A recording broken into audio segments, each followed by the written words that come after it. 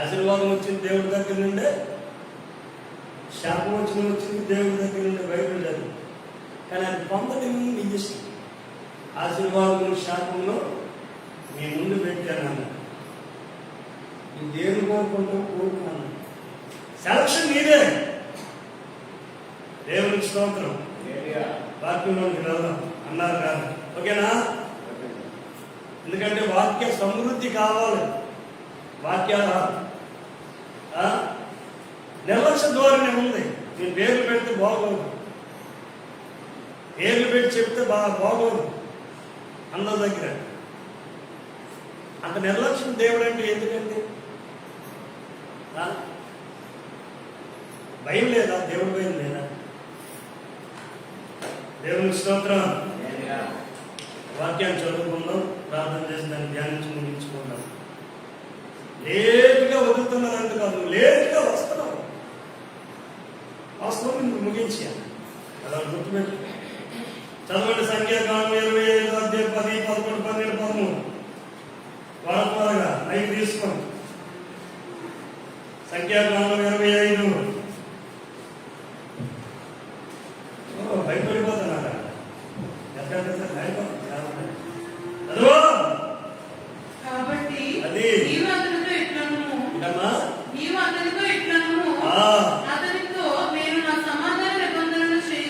నేను అతనితో సమాధాన నిబంధన చేయాలనుకున్నాను. అది నిత్యమైన నిబంధన. అతనికే కాదా, అతని సంతానానికి కూడా నిబంధన కలుగుతారు. పాయింట్ అది నోట్ చేసుకోండి. అతడు తన దేవుని విషయంలో ఆసక్తి గలవాడు. ఇశ్రాయేలు నిమిత్తం ప్రాయశ్చిత్తము చేశాడు. చాలు చాలు, అక్కడ ఉంటుంది, అక్కడే ఉంటుందా? నేను వారవలేని దానిని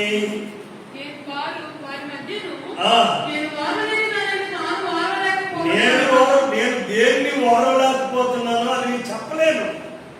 నేను దేవుడిని కదా, నేను చెప్పలేను. ఆ విషయాన్ని ఒకరిలో భారం పెడతాను. కాబట్టి ఆ వ్యక్తికే చెప్పు. నేను వారలేను దాన్ని.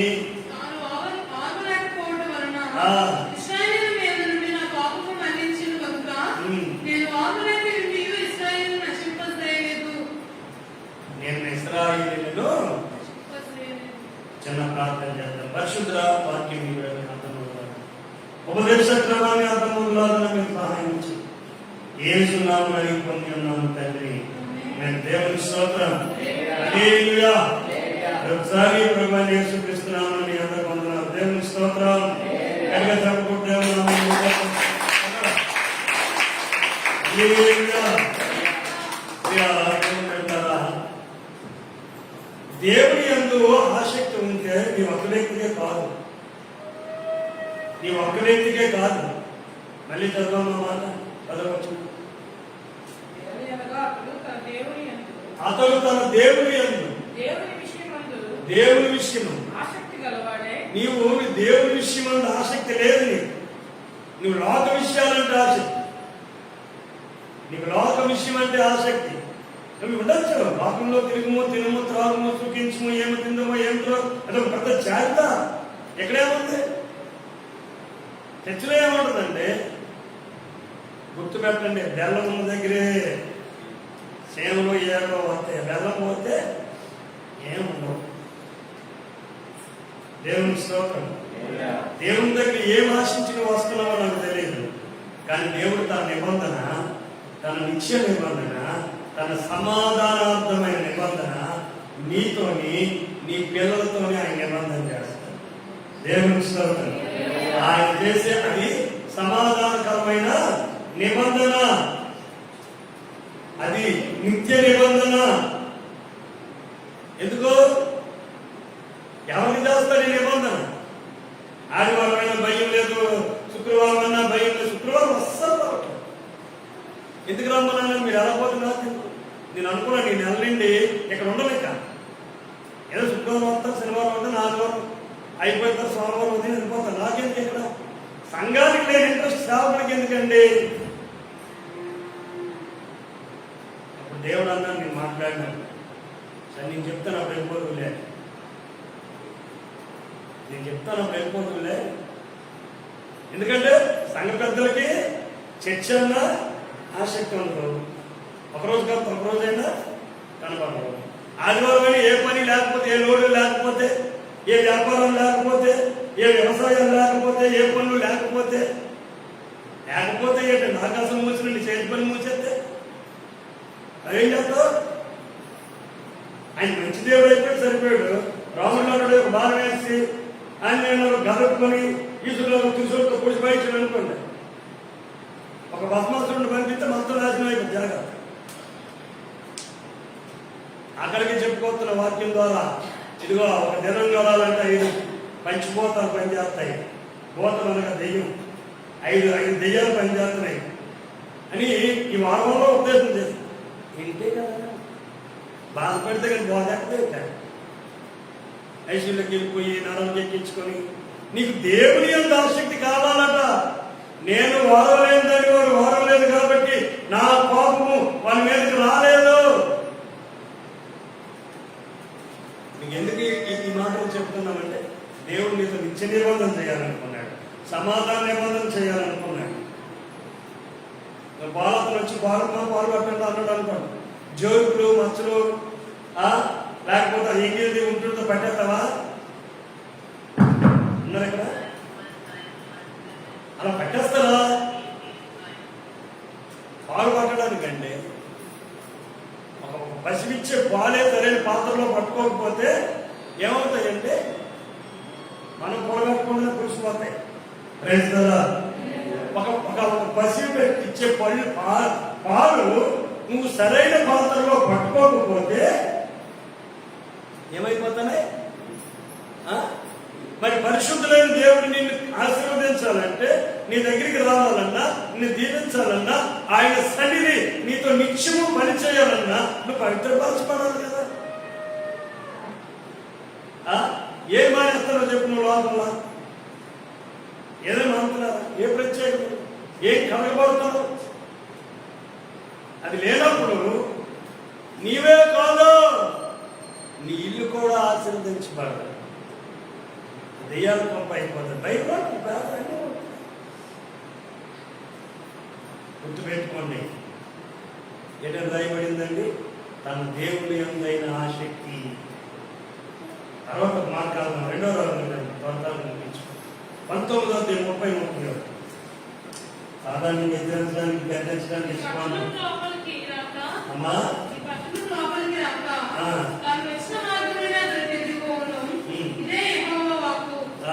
నా నిమిత్తమును నా సేవకుడైన దావీదు నిమిత్తమును నేను ఈ పట్టణమును కాపాడి రక్షించుదును. రాత్రి యెహోవా దూత నువ్వు చదువుతుంది 2వ రాజులు 19:30-31 వచ్చినది. 19వ వంశంలో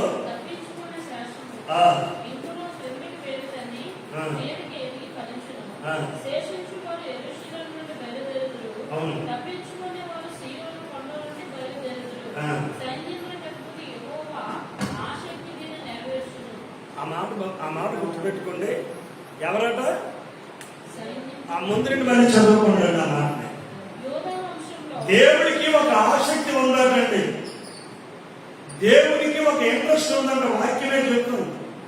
తన ప్రజల మీద, తన రక్తం ఇచ్చి కలగబడిన ప్రజల మీద, తన శరీరం మీద కాల్చబడినటువంటి ఆ ప్రజల మీద, ఆ శేషించినటువంటి ఆ ప్రజల మీద, గ్రామంలో 30-40 మంది శేషించబడ్డారుగా. ఈ ప్రజల మీద దేవుడికి ఒక ఆసక్తి ఉందంట. మరి దేవుడికి ఉన్నప్పుడు మనకెందుకు ఉండట్లేదు? రాగలవు నువ్వు మందిరంలోనికి రాగలవు. దేవుడు పదే నిన్ను ప్రేరేపిస్తున్నాడు. దైవజనురాలు నువ్వు కనబడుతున్నప్పుడల్లా నీకు ప్రేరేపిస్తున్నా. అది ఎందుకో తెలిసిన చదవట్లే.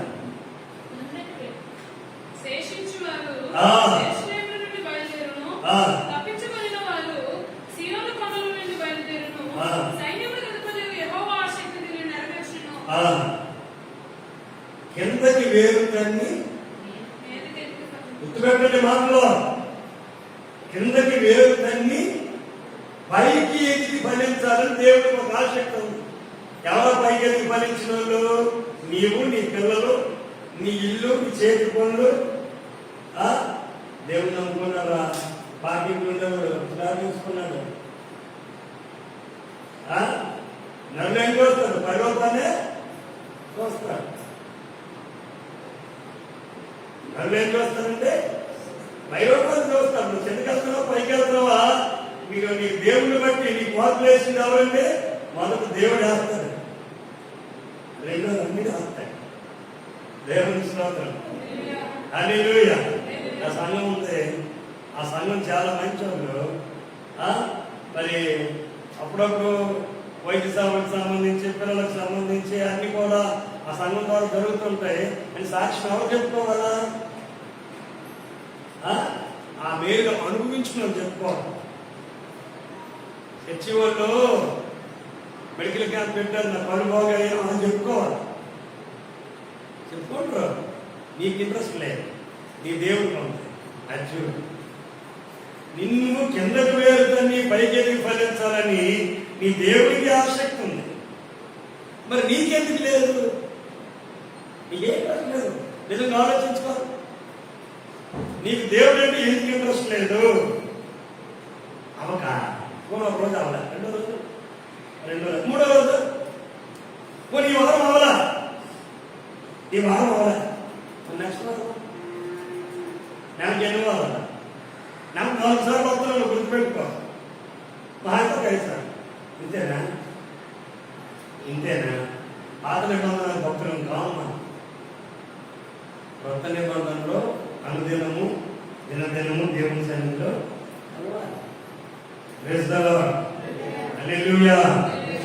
చూడండి. అపోస్తలుల కార్యం 17వ అధ్యాయం 11వ వచనం. అపోస్తలుల కార్యాలు 17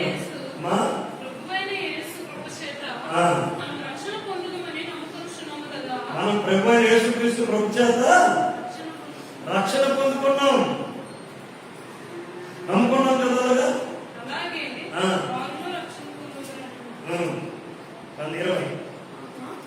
20 వచ్చి విగ్రహ సంబంధమైన అపవిత్రతను, జారత్వమును, గొంతు పిసికి చంపిన రక్తమును విసర్జించుటకు వారికి పత్రిక రాసి పంపవలెను. యూదులలో విశ్వాసులైన వారు ధర్మశాస్త్రం 21:19 చదివేది.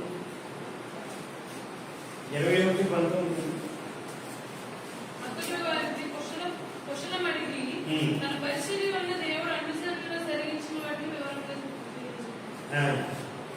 వారు విని దేవుని మహిమపరిచి అతన్ని చూసి, సహోదరుడా, యూదులలో విశ్వాసులైన వారు ఎన్ని వేల మంది ఉన్నారో చూస్తున్నావు కదా, వారందరూ ధర్మశాస్త్రము ఆసక్తి కలవారు. నెక్స్ట్ దేని మీద ఆసక్తి ఉండాలి? మొదటిది దేవుడి కార్యాల మీద ఆసక్తి ఉండాలి. అదేంటో మనకు తెలియదు అన్నట్టు.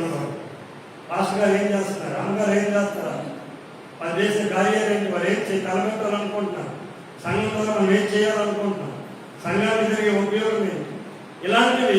దీని ద్వారా నీకు నీ పిల్లలకి జరిగే మేలు లేదు. ఎందుకంటే దేవుడు నీకు ఏ రకంగా మేలు చేయాలనుకుంటున్నాడు అన్వేషణ చేయి. నీకు ఇంట్రెస్ట్ ఉండాలి. గుర్తుపెట్టుకో, దేవుడు యెహోవాను విడిచి వేరొకరిని అనుసరిస్తే ఏమి విస్తరిస్తాయో బైబిల్లో ఉంది. ఏం విస్తరిస్తాయి? గట్టిగా అదే నేనంటే బాగోలేదు, మీతో అనిపించుకోండి. భస్మాసుడు వస్తామంటే అదే. దేవుని స్తోత్రం. నేను మాతాను అపోస్తలుల కార్యాలు 17:11 చదవమను. గనులైన వారికి వాక్యాశక్తి కలిగి ఉంది అని రాయబడింది. నీ మనమని కూడా చెప్పాను. ఇగో బాబోయ్ పిల్లలు జాగ్రత్త, గమనించండి. పగలు ఎండ దెబ్బ ఉంది, పగలు ఎండ దెబ్బ ఉంది. మధ్యాహ్నం ముందు పాడు చేసే రోగం ఉంది. చూడట, మధ్యాహ్నం ముందు పాడు చేసే రోగం ఉంది. పగటివేళ ఎగిరే భారం ఉంది. చీకట్లో సంచరించే తెగులు ఉంది. రాత్రి వేళ కలిగే భయం ఉంది. వీటిని తప్పించుకోవడానికి ఉపదేశమే ఉపాయం. వాక్యం తప్ప. ఎందుకంటే వాక్యమే ఎందుకంటే అంటే దేవుడు వాక్యమై ఉన్నాడు. చక్కగా వెళ్ళిపోతున్నాడు బైక్ మీద, అవ్వలేదు తుల్లిపోయి రోడ్డు పక్కకి వెళ్ళిపోయి పడ్డాడు. ఏమి ఎద్దులు పొడుచుకుంటూ మీద పడ్డాయి. ఎవరు తప్పు?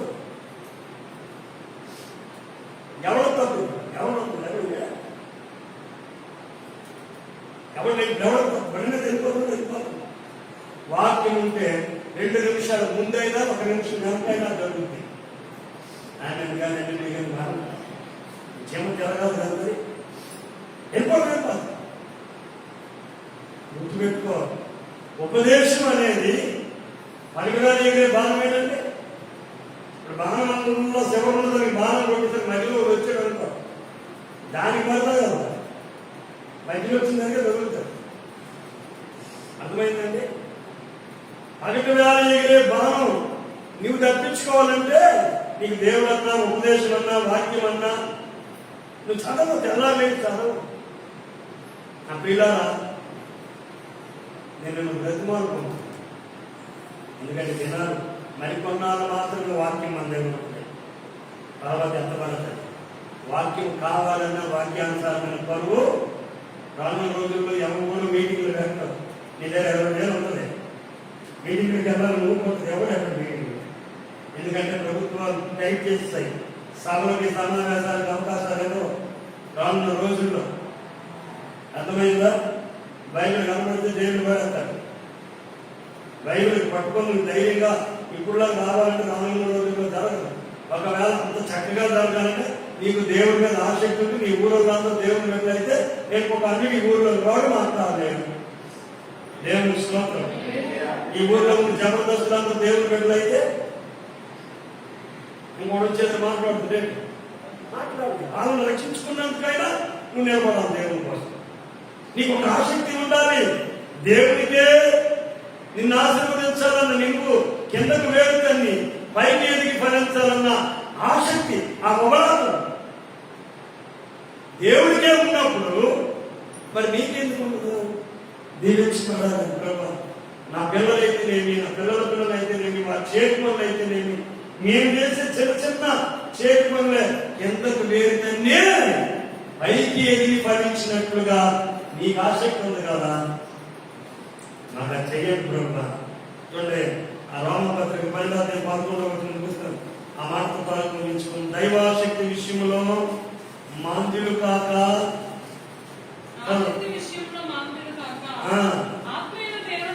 ఏముండాలండి? ఆత్మయందు తీవ్రత గలవారే ప్రభుని సేవించండి. ఇంట్రెస్ట్ విషయంలో ఇంకొక మాట ముగించాం.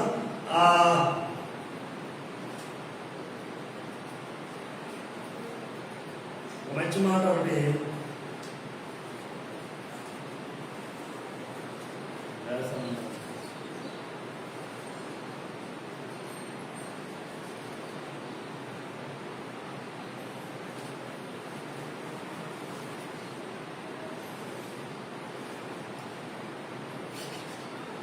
గలతీ పత్రిక 2:10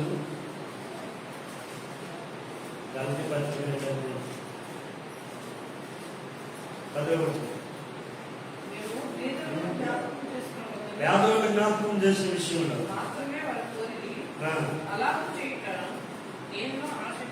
నేను కూడా ఆసక్తి కలిగి ఉన్నాను. ఇంకొక మాట, యాకోబు పత్రిక 5:17 యాకోబు పత్రిక 5వ అధ్యాయము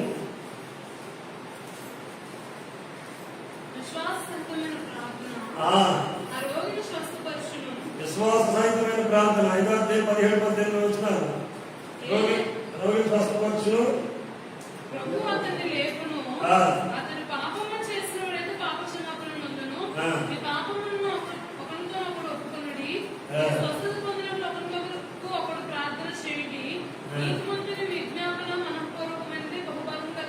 ఇక్కడ ఎవరి గురించి చెప్తారు? అది వినండి, వినండి, మాట ముగించుకుందాం. ఏలియా మన వంటి స్వభావం గల మనుషుడే. వర్షం పడకూడదు, శుభ్రంగా వర్షాలు పడి వ్యాపారాలు చేసి అపారాలు చేసి వీళ్ళు మందిరం ఏర్పడుతున్నారు. ప్రభువా, ఇగో ఆకాశం మూసేస్తున్నారు. ఎక్కడ వ్యవహారాలు అన్ని మొత్తం మొదలు పడిపోయినాయి. ప్రభుత్వాలు పథకాలు ఇవ్వట్ల, ఏమేమట్ల. మాత్రం అక్కడ మిస్ అవ్వకుండా మాత్రం అంతా 3.5 సంవత్సరాలు ఆరాధన, ఉపవాసం, విజ్ఞాపన, ఇక ప్రార్థన ఎంత వచ్చి పడిపోతారు. కారణం ఏంటి? వాళ్ళకి దేవుడిచ్చే అవకాశాలన్నీ దేవుడే మూసేశాడు. 3.5 సంవత్సరాలు మరలా ప్రార్థన చేయగా ఆకాశం వర్షం ఇచ్చెను. ఎందుకు మూసాడు? రాజు దగ్గరికి ప్రతి ఒక్కడు కూడా. ఇప్పుడు మదారు చదువుకున్నావా సంఖ్యాకాండంలో అక్కడ ప్రతి మగోడు ఒక మోయాబు స్త్రీతో పాపం చేయడానికి పోతున్నారు. ప్రతి ఇశ్రాయేలీయుడు ఒక అన్యురాలతో పాపం చేయడానికి వెళ్తున్నారు. ప్రతి ఇశ్రాయేలీల స్త్రీ ఒక అన్యుడిని మోహిస్తూ ఉంది. దాని వలన ఏ రకమైన తెగులు వచ్చిందో కానీ కొన్ని వేల మంది ఆ తెగులతో చచ్చిపోతున్నారు. ఇశ్రాయేల్ పెద్దలందరూ పిలిపించబడి అక్కడ మోషే అనుకున్న నాయకుడు ఆయన మీటింగ్ పెట్టాడు. మీరందరూ ఏమవుతున్నారో పెద్దలారా, ఇదిగో పాపిష్టులుగా బ్రతుకుతున్నారు, దేవుని విడదనబడిన వారు విగ్రహారాధన సంబంధమైన మనుషులతో భయంకరమైన విచారం చేస్తున్నారు అని ఒక మీటింగ్ జరుగుతుంది అక్కడ. ఇంకొకడేమో ఒక ఆమె మీద బుధం మీద చేతి వేసుకొని సర్వభర్త వేసుకొని ఆ ఇశ్రాయేలీయుడే అది పాపం చేయడానికి ఆ గదిలోకి దేనిపై వెళ్తారు. అప్పుడు అక్కడ ఫినెహాస్ అని చూశాడు, ఎలియాజరు మనవడు. ఇక్కడ మీటింగ్ కాడికి సంబంధం లేదేంటి? రెండు ఇక్కడ ఈరోజు చర్చి అని తెలిసి చాలా బయటకి చూసా రాలేదు. సంబంధం లేదు. ఆ సంబంధం లేదా ఉందా? వెళ్ళకుండా రోజు చూడతారు మాట్లాడుతున్నారు. ఇప్పుడు అదేమో చక్కగా పాపం చేయడానికి అని తీసుకొని ఈ మీటింగ్ లోనే ఉన్నాడు. ఈ యొక్క ఎలియాజరు ఫినెహాస్ సరైనటువంటి బల్లి మన చేతుల వీడికి మంటికి అది ఏడుచుకొని అక్కడ మీటింగ్ అవుతుంది. అయ్యో భయంకరమైన తెగులు,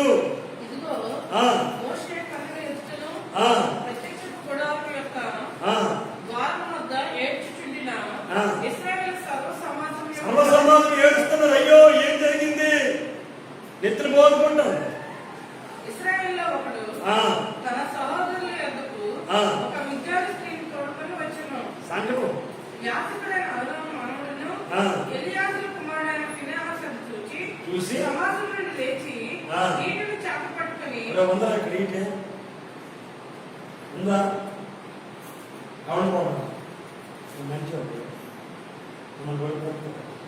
పట్టుకొని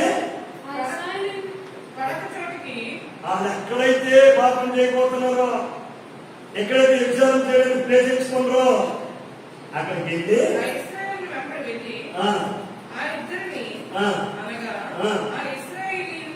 ఇశ్రాయేలీయుని ఆ స్త్రీని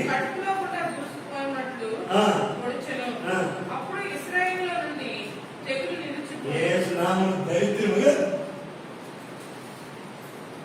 దాన్ని బట్టి దేవుడు అతను కార్యం తెగులు పోవడానికి చూస్తావా, ఎక్కువ చేయడానికి చూస్తావా? అక్కడ మీటింగ్ ఏంటి, అక్కడ ఏడుపులు ఏంటి, ఆడికి సంబంధమో లేదు. చూసారా, అది సంబంధం లేదే కదా. అందరూ తీసుకెళ్ళి ఇల్లు ముందు అయిపోయిన తర్వాత అలా పిలుస్తాడు తమ్ముడిని. ఒక్కడ పొడిసే భూమికి వెళ్ళిపోయి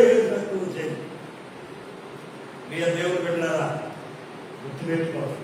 ఇది దేవుడన్నా, వాక్యం అన్నా, ఉపదేశం అన్నా, సంఘం అన్నా, చర్చి అన్నా నీకు ఇంట్రెస్ట్ ఉండాలి. ఒకరోజు మిస్ అయ్యో, 2 రోజులు మిస్ అయ్యి దేవుడిగా ఫ్యామిలీ ఉండాలి. వాటి ఇచ్చి ఈ 3-4 రోజులు కొంచెం బిజీగా ఉంటారు. తర్వాత నుంచి వస్తారు. కనిపించుకో, అవకాశం ఉండదు. నీ సాగుతో పనులు అయిపోతాయండి, నీ సాగుతో వ్యాపారం అయిపోద్ది, నీ సాగుతోనే నీ వ్యాపారాలన్నీ అయిపోతాయి. బతుకున్న రోజులు ఉంటాయి కదా, అందులోనే అవకాశాన్ని మనం కల్పించుకొని ప్రభుత్వం.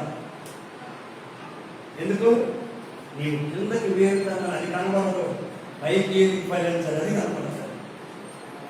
ఎందుకే ఏతనకు దేవుళ్ళు నువ్వు ఎంత లోతుగా వెళ్తావో నీ యొక్క బ్రతుకు, నా దేవుడి నామాన్ని బట్టి చెప్తున్నా, నీ బ్రతుకు అంత ఆశీర్వాదకరంగా పైకి వెళ్తాను. నన్ను స్తోత్రం చెప్తాను. హల్లెలూయా. నువ్వు చేసుకునే భక్తి కనబడదు, నీ ప్రార్థన కనబడదు, నీ దైవ ధ్యానం కనబడదు, నువ్వు మందిరానికి వచ్చేపోయి ఊర్లో ఉన్న వాళ్ళకి మెంట్లో కనబడవచ్చు, కానీ అదే ఎదుగుదల కారణం అవుతుంది. మరి నువ్వే రాకపోతే దేవుడికే నిన్ను ఆశ్రయించాలని ఇంట్రెస్ట్ ఉంటే మరి నీకెందుకు ఉండదు? నీకెందుకు ఉండదు? అంత బిజీయా? సరే బిజీనే ఆపేస్తాను, బాగా ప్రార్థన చేస్తే వచ్చే వాళ్ళు క్లోజ్ చేస్తారు, అప్పుడు చూస్తాం. ప్రభు చాలా బిజీగా ఉన్నారు. ప్రభు ఆకాశమా ముసేడు అని అన్నాను అనుకోవడం ఎందుకు మూయడు? దేవుడికి కావలసిందేమి? నువ్వు కిందకు వేరుతాన్ని గుర్తుపెట్టండి, పైకి ఎదిగి పనిచేస్తా. నువ్వు నీకు నచ్చినట్టు వెళ్తాను చదువుతున్నావు, నీకు నచ్చినట్టు నువ్వు ఎదిగితే ఆయన అనుకోడు. నీవు ఆయనకి సాక్షిగా ఉండాలి. ఆ ఆశీర్వాదాన్ని నువ్వు చూడాలి, నీ పిల్లలు చూడాలి. ఇది ఎప్పుడు జరుగుతుందో దేవుని నామాన్ని బట్టి చెప్తున్నా, అప్పుడు నువ్వు పైకి ఎదిగి ఫలిస్తావు.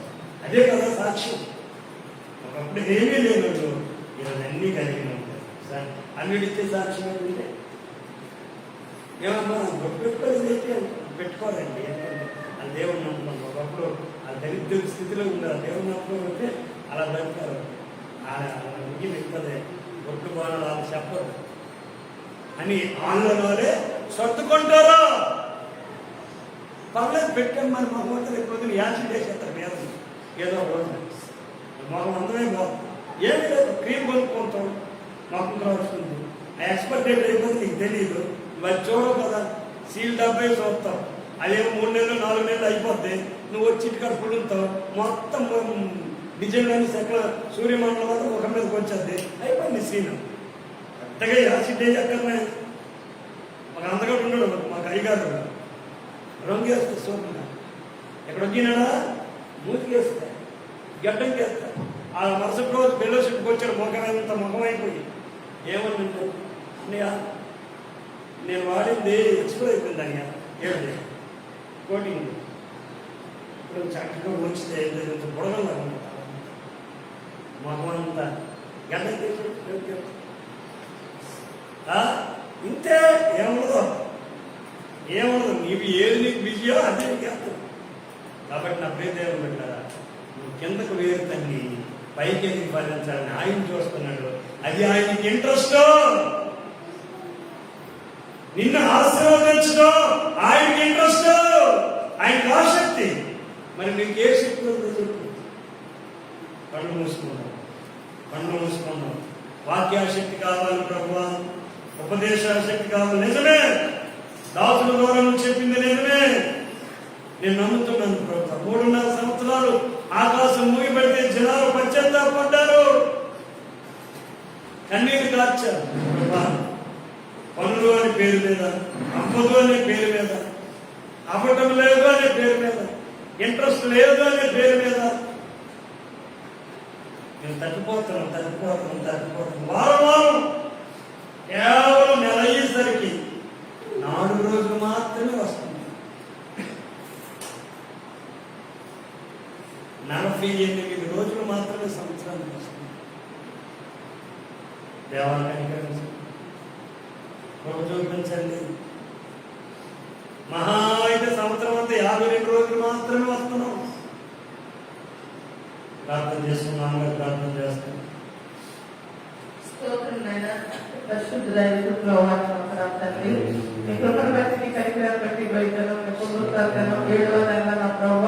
ఇలాంటి సరితో ఉండడానికి